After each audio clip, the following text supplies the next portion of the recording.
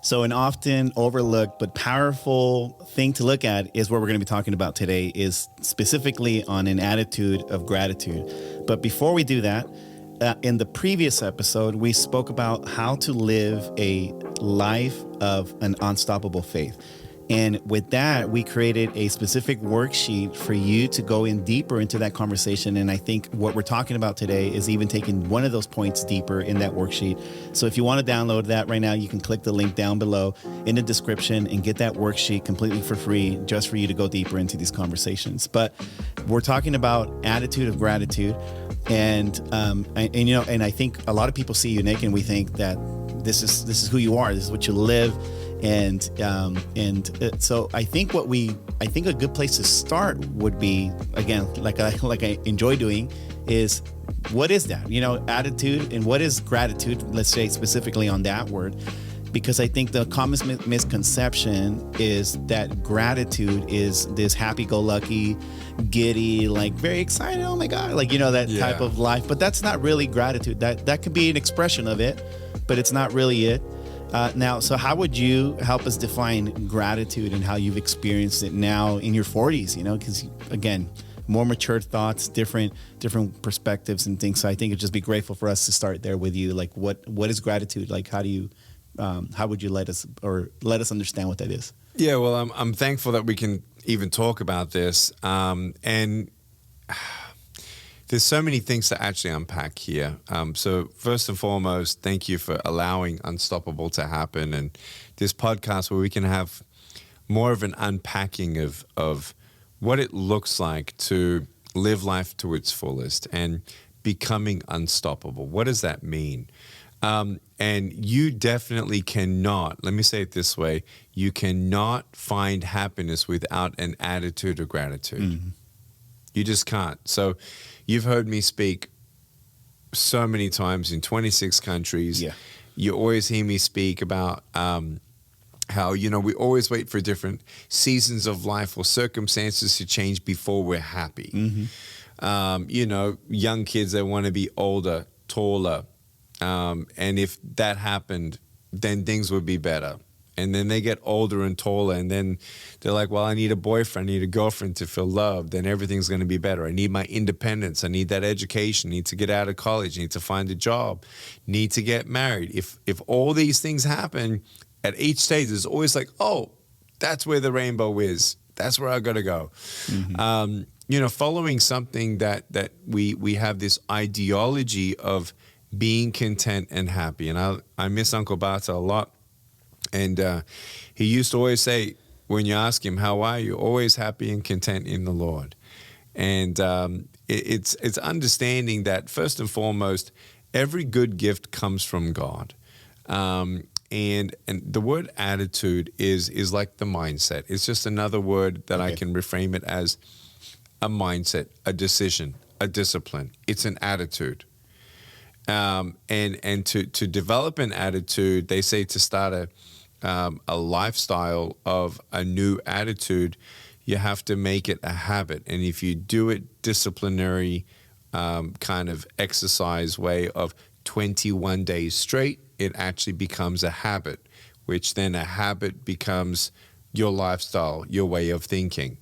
And so that decision, that that discipline of that word attitude, it comes naturally after a while, because I tend to, especially as I'm getting older, I'm reflecting more on the smaller things mm-hmm. of life, or the more simpler things of life, and just finding joy in that. And that's not really compromising on my goals or passion or zeal for life or wanting to change the world on a grand scale, which is, me, that's my whole goal of the next 10 years. And how can we make the biggest difference over the next 10 years compared to the last whatever many years? And so, but, gratitude, being thankful, I think to have an attitude of gratitude, if you don't have gratitude in where you're at, I'm sorry if you're going through pain. I'm sorry if you're going through brokenness. I'm sorry if you're going through depression right now.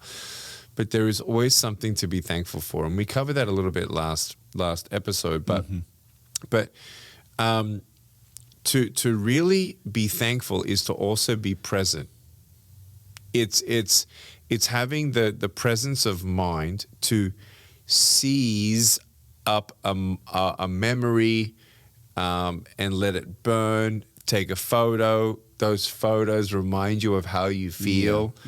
The songs, the videos.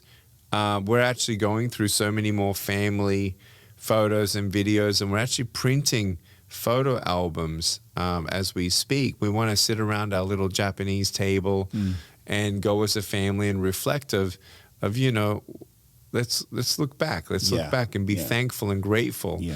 And when you look back, you remember the joys, but you also remember, that season, that's when we were going through that. And you're like, so glad we don't have to repeat that part of history again. Right. And it's just beautiful. And then looking at our children, becoming older and the times that you had with the loved ones that aren't here anymore, whatever that looks like.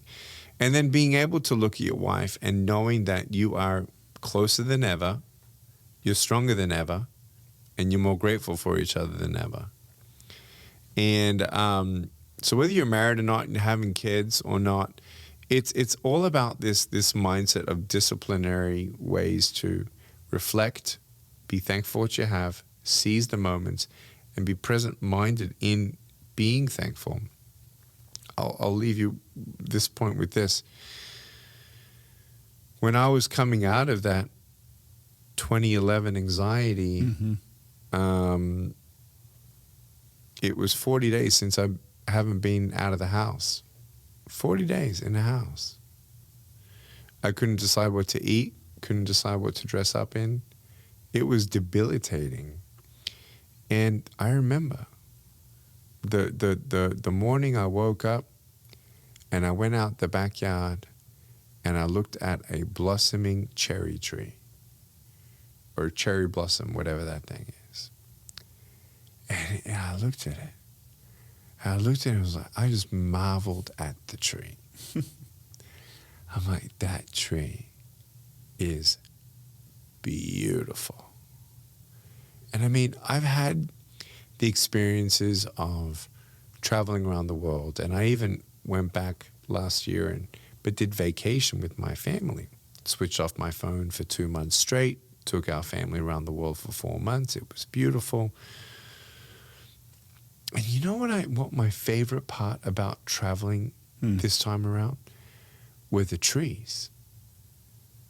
Just different shades of green, different shades of red, different shades of orange. It's like, wow, the brilliant orange. It's like, wow. I just feel like as I'm getting older, you miss these things. You fly. And I think presence of mind means being disciplined to stop enough. And in a Christianese way, we'd say resting in God and taking a break and having a good pace and being thankful for what you have along the way. So I just those are the first initial things that I wanted to share with you when you talk about that. But no matter how much money you have, fame, fortune, family, good, not, whatever, if you're not happy today, with the good stuff, you're not going to be happy with 10 times more later down the line. Right. This world of just having more of this world, it doesn't actually satisfy you. Right. And we were talking about that earlier. Like a lot of that stuff is just vanity metrics, and we can get so distracted so quick by the glitter and the gold and the stuff that just shines and stuff. But I love what you were talking about. You were talking about being present in regards to just actually absorbing what's around you and being grateful for the things that are actually happening in your surroundings. And I know it wasn't about the trees in itself, but it was the fact that we can get so busy, so stuck in our lane and just so like one-sided that we forget to just actually look around and realize there are other human beings around me that are going through things and probably harder things. There's real life going on around me. There's the trees, the color of the trees. And sometimes honestly, I think I had a moment like that some years ago. Where actually, I was like, I looked outside. I was like, the trees never looked this green. Like that was a whole difficult moment in my life. But I stepped outside also, and I had that like, oh my God, the trees! I've never seen the green, how green they can be. But it's so hard and challenging, and it's yet to be so intentional to be present now. Intentional. You have to be so intentional to be present, especially as us as dads, and being the providers and whatever it might be. Like there's so much intentionality behind that. Which, in light of that, and specifically in talking about gratitude, the three areas that I want to hit, and hopefully we can get through all three today, is finding gratitude in business and relationships and just in everyday life. So specifically in business, because again, this might be something that many of you probably don't know of Nick, is that he has started and has gone through and has to let go of many businesses and many business opportunities throughout the years. So you're an entrepreneur, a serial entrepreneur at that. And that might be something that people don't actually know. So there's a lot in you, because I've seen it in our meetings almost on a weekly basis. There's a lot in you that could be very helpful, specifically in this area of gratitude. So I'm going to ask you this question that I have for you is like, so you've often said that gratitude shifts the perspective in every situation. So how has living with gratitude shaped the way that you approach opportunities and challenges in business and in ministry? Oftentimes when you're at that pace and you've got an objective and a mission and a team, and time is your greatest asset, you get so quickly transactional. And I'm not just talking about transactional versus relational, but I've come to realize that I've learned 2 inches deep in a lot of different industries and opportunities and conversations that I've had, and different interests that people know or don't know about me. I come to the table learning. I think that's the key, where today you're going to learn something. Today you're going to take a small step in a direction. You're going to know more than yesterday. And along the way, I've realized that if I just was a transactional dude in every meeting, in every opportunity, it's the heart and posture. It's not about the dollar amount. It's not about the opportunity itself, without really who you're doing business with as well. And when you realize who you're doing business with and who you're learning from, that saying is so true. I'll tell you who you are, but just show me who your friends are. It's not about a lack of opportunity. It's about understanding what is it that the Lord wants me to learn, do, and with whom and when. And coming to the table to learn, but also being in prayer. Pastor Jeff from Anchor Church, our pastor in McKinney, Texas, he's like, 95% of prayer is listening. Like you pray without ceasing. That's praying at a meeting, not just at a meal and not just before or after a meeting, but while you're interacting, while they're answering, while you're thinking through and consolidating all that. You're in prayer. And so in that prayer mode, you realize it's not just transactional. It's not just gain of funds. It's potential gain of friends and potential kingdom impact through that too, to make a difference in. I mean, I'm really spoiled because everything we do has something to do with making a positive change in the world. It's not just, this is something I'm going to do to make money. Like, if I wanted that, I could have done that. Right. Donkeys years ago. But everything we do has something to do with making a difference in a positive way. Whether that's from banking industry to translating video content to ministry itself. And so you come to the table getting ready to learn and not just set in your ways. I'm grateful for my experiences, number 2, where it sets your expectations for the future. If you don't know how it is to lose all your money, you don't know how it is to lose your money. Now, all money is God's, and God's a provider, and money comes and goes. That's not the issue. But when you're an entrepreneur, it's a different thread of risk taking. Yeah. And there's a different threshold of risk taking of your own money and risk taking of other people's money. And it's very, very, all of it's very, very different. And some people say, well, I was involved in a startup. Well, did you pay for it? Were you the number one guy? Were you making the decisions, or did they give you any equity at all? Like it's very different in people's minds of, oh, I was involved in a startup, or I have a startup, or I'm thinking of a startup, where they've not. It's just when you've done it, now you know. So what I'm trying to say is this: the second thing that I'm grateful for is my new formula, based on my track record, is when you are a position in startup, and I'm always learning lessons along the way, and you also learn so much about yourself. Is like, I definitely don't want to do another startup unless I'm the number one operations guy. Yeah. Moving forward, that's how I operate. But that's just a lesson that we learn along the way. But in entrepreneurship, I've got these factors.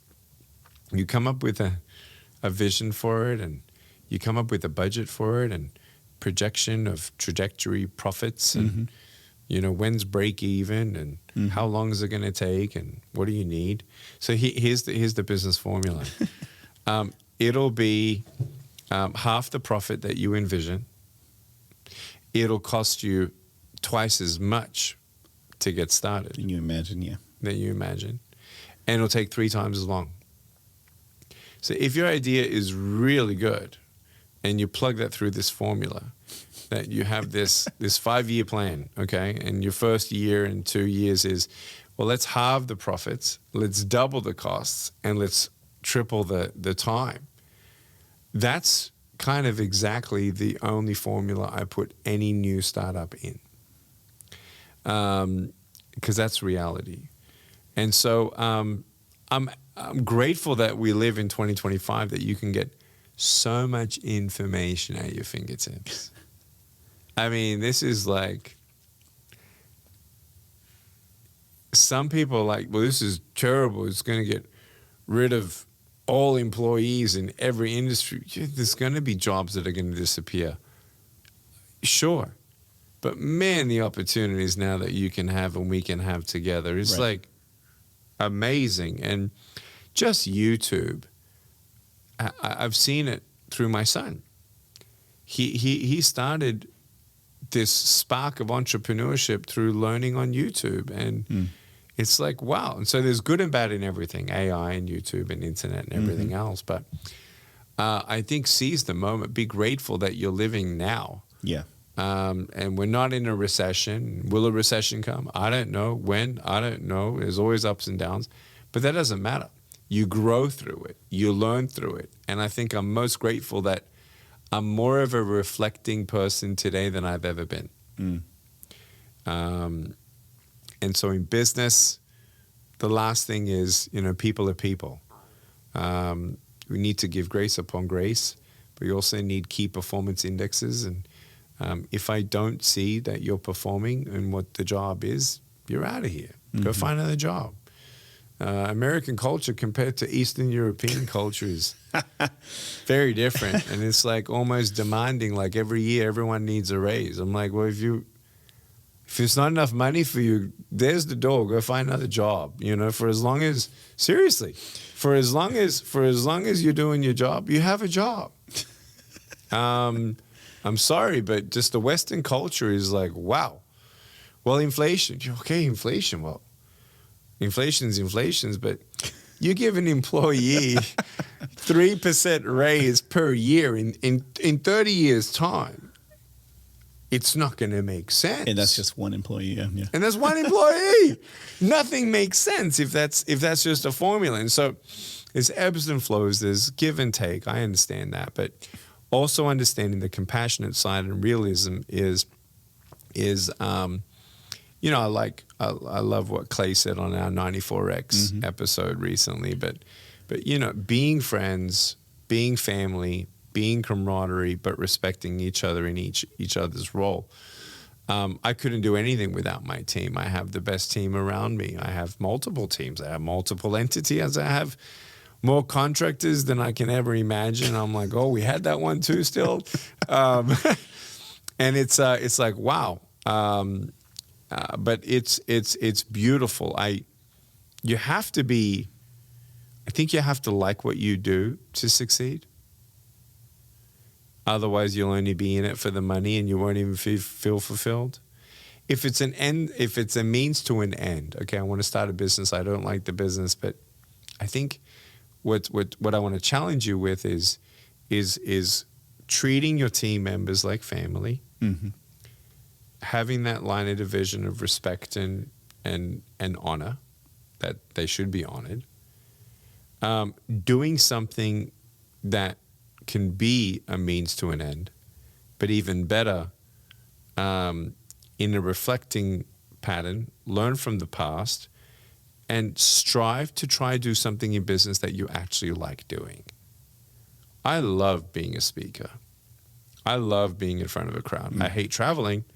Put me in front of front of a crowd of young kids or teenagers. I actually like being in front of younger people than older people these days. It's I don't know what's happened to me, but I'm craving opportunities to be a voice in the next generations. And I think that's maybe where it comes from. But it's exciting when mm-hmm. you can wake up in the morning, like have my coffee, and while I'm half asleep, I'm praying. I pray for my wife. Mm-hmm.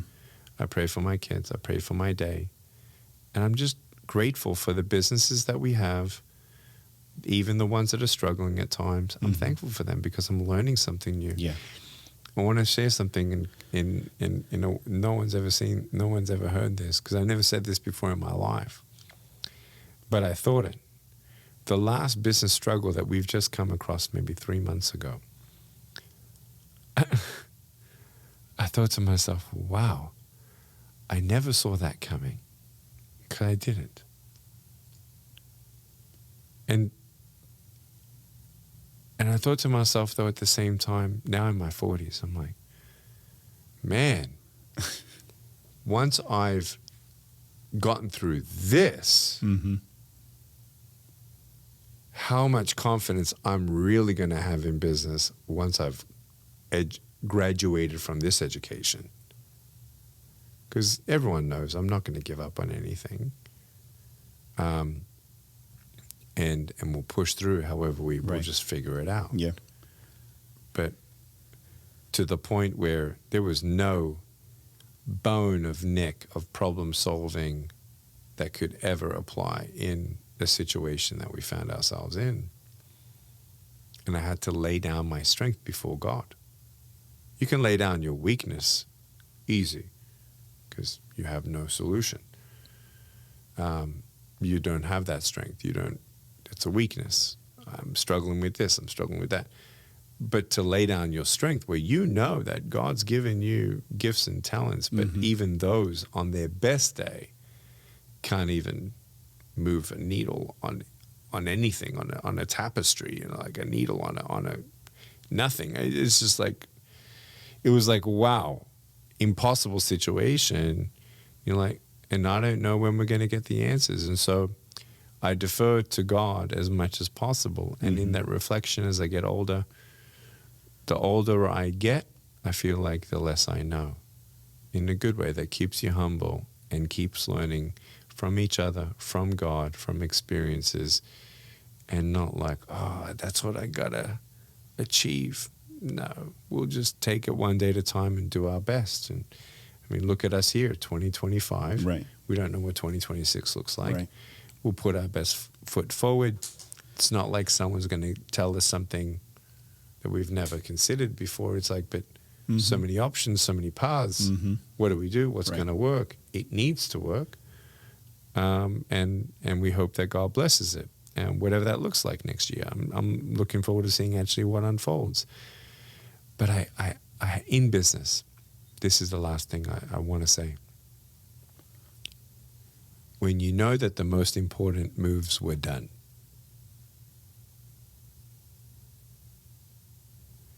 There is no greater satisfaction in business than that. So as you get married, as you have kids, and we live in a world of technology, and the calling of God on my life says, cut your travel by 75%, period. Mm-hmm. Be with your family. At all costs, with all variables, it doesn't matter. Well, we've done it. We've done it. And we've done it by faith. So when you prioritize, I think the skill of prioritization in business, in family, in relationships, that you've kept, what do they say? The main thing, the main thing. Yeah. That is, when you keep the right decisions correct, that affect your heart. And whether that's your integrity, whether that's your greed, your pride, your lust, whatever that looks like for you, before the Lord, your own standing in your faith walk with Him. But then second of all, okay, what are the priorities after the faith? What can you sacrifice? What are you not obedient in? What do you need to become obedient in? It's cool, man. It's a cool life that we live, honestly, when you have that true north on your compass. Mm-hmm. So good. That's like thinking about some of the things that you were just saying. I was reflecting because you said you were mentioning raises and stuff. And so I don't know if you ever recall this, but I never asked for one in those first 7 years. Oh, yeah. Salary. I never asked for one. What'd you say? Sorry? Yeah, raises. I'm thinking capital raises. I'm like, oh, yeah, salary raises. Right. And I'm pointing this out because of like how gratitude has played a role in my life, even just in being in that type of proximity and working with you, is that 7 years, anybody can be like, you need to ask for that raise. You need to get something, I'm like, and I would always tell, my wife would never tell me, but I was like, I'm not going to ask. If I need it, he's going to ask me. Nick's going to say, hey, let's do this. And I was always grateful because I was like, I told you in the first episode, I was like, I'm one of two people who has this job. I'm like, I'm excited. I'm happy. Like, this is good. And all I knew it was that, and I've told you this, that like, I found my assignment quickly. I think within the first times of working together, I was like, I'm called to be an intercessor. I'm called to be by your side and just serve you in silence. And most of the time I was in silence, but I had this inkling feeling. I was like, if I just stay in this place of gratitude and stay in this place of like, I'm here to serve and I'm just grateful that I'm even getting paid to do this, that it's going to pay off in the long term. And no one, you and I could not have said 12 years ago that we'd be right here at this table right now, sharing a platform. And I'm grateful for that. You know what I mean? Like, and I mean, let's be honest. People are looking at me like, who the heck is this guy? He's a very special man. You get what I'm saying though? It's like, and I'm saying that for anybody listening, it's like, there's fruit that comes. Yeah. And it may or may not could have shown up with you, but it could have shown up in other places for sure. But I'm saying that to say like, maybe it's somebody, you're here and you're listening and you're like, man, how do I stay in that place of gratitude, finding the place of gratitude. And that's why I brought up the worksheet that we brought up, because you mentioned that you said you become more reflective now as you get older. And that part of the first part of the worksheet is those 10 areas that you're grateful for, 10 things that you're grateful for in the past 5 years. And then the 3 areas or 3 things that happened that could have been worse that are not, And I think it just is very helpful to just reflect and look back and, like you said, what you were talking about, the family photos, and like, man, Lord, how did I get here? Like, you did it, right? Like, you got me here. Praise God.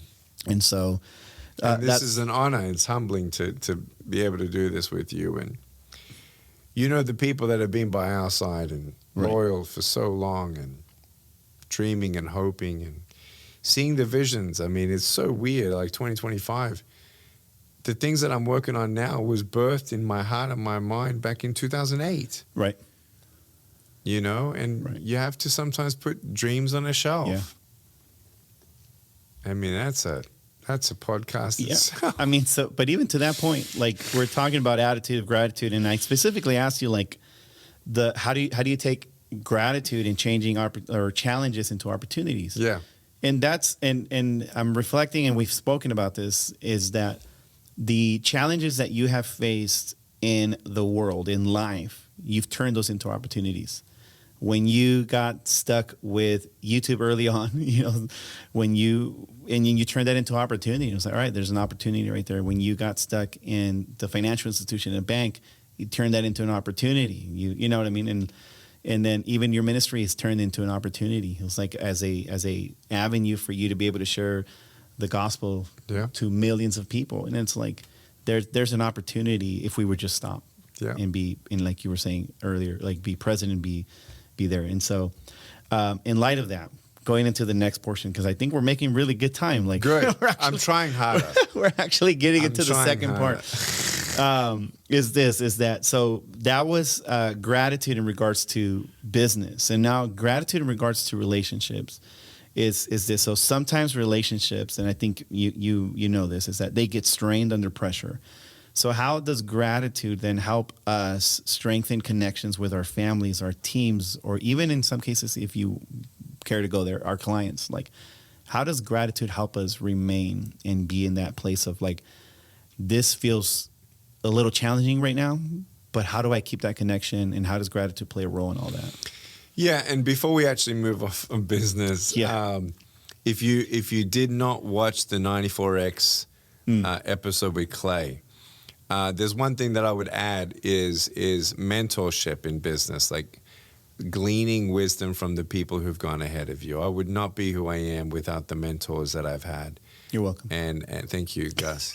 And, being aware of that learning mindset and mode of operation. It's like that, and that's why 94X community is a incredible life community where you do life together with like-minded people who you can learn from and glean and be encouraged along the way. Wow, yeah, look, relationships with first and foremost, an attitude of gratitude for you to listen to this is you have a choice. Every day you have a choice. Every hour you have a choice. What you do with your time, where you let your brain go. I've realized how much influence I do get from where I spend my time.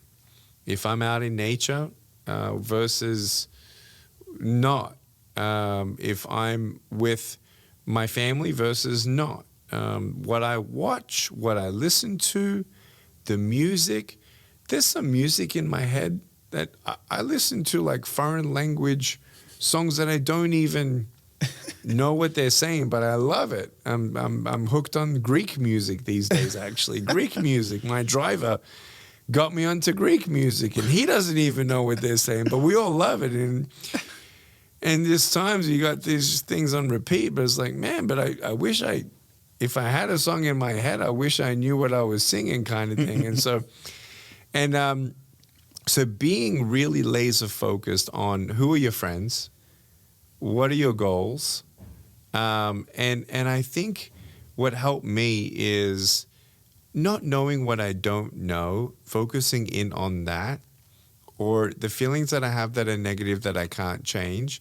Either I focus on that or I focus on what can I change? What can I do that's positive? What can I actually be thankful for in those little steps? And so we all have obstacles. If you didn't have an obstacle, you wouldn't be resilient. Obstacles is resistance. Resistance builds resilience. You can't grow through what you haven't gone through. And so you got to go through it to grow through it. And when you have that mentality of I'm unstoppable, or I want to learn how to be unstoppable, it is always an undergird mindset of being grateful. I don't think I would change much of my past. It makes me who I am today. And I it's not that I love who I am. No, it's just a part of who I am and how I think of my life. And I think a part of that attitude of gratitude is to be thankful for what you have compared to other people. And in that sense, within your goals, short-term, mid to long-term goals. For me, the most happy people are the people who have faith in God and want to give back to those people who have less than us. There's just this, the way that God's created us is to make the world a better place, to love Him and love someone else. Greatest two commandments. There's a reason for that. There's a reason why you feel better when you give someone something. It's because you were made to give. You were made to serve. You were made to make a world impact. No, I can't change the world. Yes, you can. You change the world of someone with a word, with a listening ear, with friendship, with help, whatever that looks like. And I'm most optimistic about this next generation who has a big heart and a wave of compassion that really wants real solutions and no more polarization. Where's the church? Let's be the hands and feet. Let's help people. I think that's what's really keeping me going on in the next 10 years of like, I really believe we can change the world. I really do. And I've actually believed that since age 19. Yeah. So thankful that we can dream. What about that? What if you couldn't dream? We can define our goals, long-term, mid-term, short-term. And so I think if you don't write your goals down, your vision down, it's something that really makes you feel alive and content. A man without vision dies. But what is your vision board? What are the 10 short-term goals that you want to do in the next 45 days? What's the long-term goal? What's the 90-day, 120-day midterm goal? What's your long-term goal? What is it? Oh, I want to go to Australia. I want to see that country. Well, put aside $20, a week and start saving money. Oh, don't have time. Make time. If it's not on the calendar, it's not going to happen. Mm-hmm. And so, what's your priority? Well, I love my wife. Okay. How's your daily conversation going with her? Yeah. I went out on a date with my wife last night, and we ask each other 3 questions every month. You've heard this before. What am I doing that you want me to stop doing? What am I not doing you want me to start doing? What am I doing well that you want me to keep on doing? This is this act of prioritization of intention meets action. You can have all the intention you want. You can have all the priorities you want, but how you act today, what you listen to, what you say, what you spend time in shows me what you actually really prioritize. And I think we would have a rude awakening if we actually did a real inventory assessment and how much time wasting we really have in our life. It's really sad. And, when you have 4 kids, you learn how to parent 4 different ways. And I'm intentionally, as soon as I get home, taking my second son in a car that we have. We're going to go to Whataburger and have like a daddy date thing, right? Like, I want him to feel that he's got one-on-one time with me. And he needs that. That's awesome. We need that. Mm-hmm. And so that prioritization. So family, friendship, very, very big. And work colleagues along the way. Don't forget that, if you're a teenager, your student at a school, your teachers also have bad days and broken hearts sometimes. And, we gotta look at those friends that kind of look like, oh, they've got all their stuff together. We all go through ups and downs. We all need each other. And I think with that in mind, I think family is the most important thing before we talk about the world change that needs to happen. Yeah. And change the world starting with my own children. Yeah. And wife. Yeah. So true. Because I there's so many things that are coming to my mind as you're talking. It's like when it comes to, let's say, the opposite of gratitude would be like complaint, would be just grumbling. And this thing that we can feed in our hearts that can just be give fruit to just bad things, And what here's the thing that people don't think about, and if they do, it's a little bit offensive, is that a bad attitude is not like a cold. It's not something you catch. It's something you choose. And people don't want to think that because we'd like to say, Nick got me in a bad attitude. Like, you put me in a bad, this is your fault. It's not my fault. Right. But that's not like, it's not a cold. I didn't catch it. I chose it. And so good.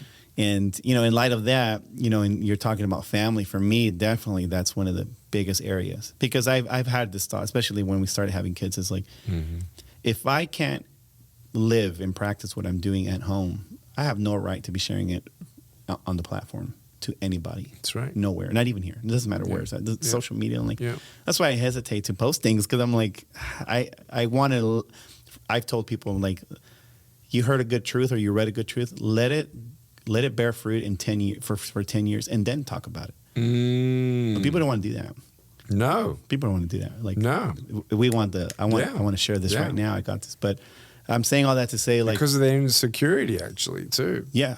Yeah, definitely. Like, to prove something to someone. Yeah.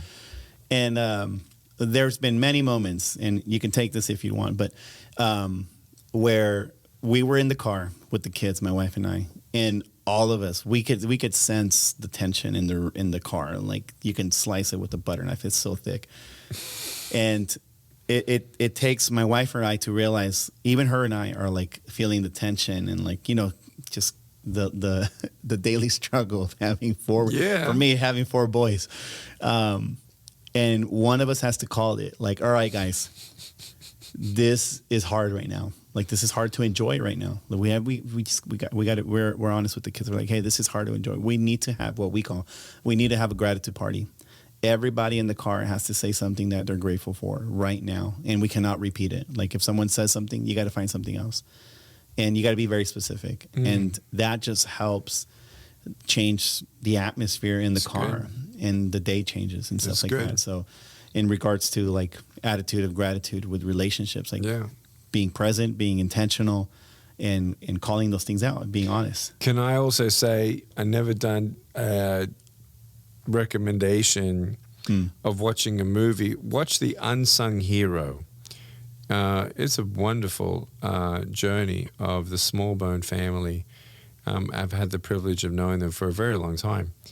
But it's an incredible story of God's miraculous power and grace. And what they did as a family is they had little Post-its and prayer requests. And you put up on the wall, and it's visual, and everyone prays for everything. And when it actually comes to pass, it moves across the line up on the wall, and you've got the answered prayers. And so, that's awesome. You know, be careful to remember. You know, when you look at these stubborn people in the desert circling, they forget real quick. And you're like, you just saw water come out of a rock, and now you're complaining again. You got manna from the birds, and you're complaining again. It's like, it's us. It's daily. You need the daily reminder. You know. So good. Yeah, definitely. I'll look into that film. It's a good one. It's a wonderful. I believe you. Yeah. All right. So we're entering into the last section. We made it. This, probably the first time ever. Have I behaved with how long I speak? Yeah. So we've spoken about gratitude in business, gratitude in relationships on every front, right? Yeah. And now we're talking about just in daily life. So even taking some of the things that I just mentioned about, like, complaining, grumbling, and, you know, bad attitudes, and choosing it rather than it's something you catch. So it's like, so you've been through challenges that we can't imagine, right? And it's the obvious one is having arms and legs. So, like, people can't imagine that, but yet gratitude radiates from your life. And I've seen that. And again, we said this at the beginning of the episode. It's not like a happy-go-lucky, like Nick is always jumping off the wall, super excited. Gratitude is an attitude, which is why we're talking about it. It's and it starts inside, on the unseen places, your heart, your mind. So for someone listening today who feels stuck, how can they start cultivating gratitude as a daily practice right now? Yeah, I'd actually start where you'd probably not imagine, writing out small, midterm, short-term, midterm, long-term goals, and reflecting vision first, the future first. And then write out the 10 things you're grateful for. And I'm going to say it this way: the 10 things that you've achieved or accomplished or you have that you're very proud of. Not one of those I'm proud, but you give thanks to God that you were able to have it and achieve it. And it's not for like a self-esteem, self-efficacy exercise, but it's just a reflection. And then I would think about the people closest to me, the closest 10 people to me, and forget about the tactful, but if this is your last day, how would you be remembered? Because in the end, how you make people feel is how you're going to be remembered. Right. I think we got to go back to the very basics of who am I? Who do I think I am? When I come to God in faith, I know that I'm a child of God. I'm fearfully and wonderfully made. He's with me always, to love Him, love others. But I think what we're talking actually deeper here is your character. Because an attitude of choice, of habit, of lifestyle is who you become. Mm-hmm. Am I known to be a complaining idiot? Am I known to be someone who feels like we're entitled? Am I known to be the person who thinks they know more than anybody else, or are more important than anybody else? Or I feel like I always have to interject in conversations to feel like I want them to think of me this way, so I need to say it this way to see what they're going to... When you know the truth of your value as a human being and a child of God, and every good gift comes from God, I would always start my day with God. I would live my day with God. And I would end my day with God. Because it's only through Him and His wisdom that He can even reveal to you what you need revealing. And I'd actually say, God, help me. Help me to have an attitude of gratitude. Help me to be thankful for what I do have. Help me to be grateful for what I do have, what I did receive, what I did accomplish. Also help me to serve others, that I can help them, encourage them. God revealed to me the character, flaws in me, things in me I need to polish. And may they see someone that reflects your love, your light. And even the difficult times, when you're not having a depressed day, you can start seeing, okay, I'm going to get through this. I know I'm going to get through this. But what am I learning through this? And lastly, what I'd say is what I did do after I went through the last lowest low is I wrote down lessons of my previous lows where I didn't exercise, where I went back in time in my mind and thought about the lessons that I've learned. Generally, we only think that we only learn 2 or 3 things maximum from a difficulty. Yeah. But the Lord challenged me, go back to that last time and write down and spend time thinking about that. I don't want to think about it. You want to get out of it. You don't want to go back there. You know how much wisdom I gleaned? A gold mine of wisdom, lessons, of thinking over it for about 1.5 hours to 2.5 hours. And I actually revealed the 8 or 9 lessons that I actually learned. If I am careful to stop, reflect, and learn. Mm-hmm. You don't learn until you acknowledge it, receive it, and reflect on it. But when you do that, you don't have to go through the pain twice, but reflect on it deeper and learn how to ask yourself those questions. What did I actually learn about people, about me with people, about people with me, about me with money, or the decisions or the risks or the questions that I didn't ask? I think the people who learn to ask the best questions at any time are the people who are the most resilient and the people who reach their full potential. You've learned how to ask the right questions along the way. You can learn anything. But it's really, will you dare to ask yourself the questions of what actually else did I learn through that about me that might reveal negative or good in people or yourself. And so I don't know how else to say this, but life itself is a gift, and tomorrow is not promised.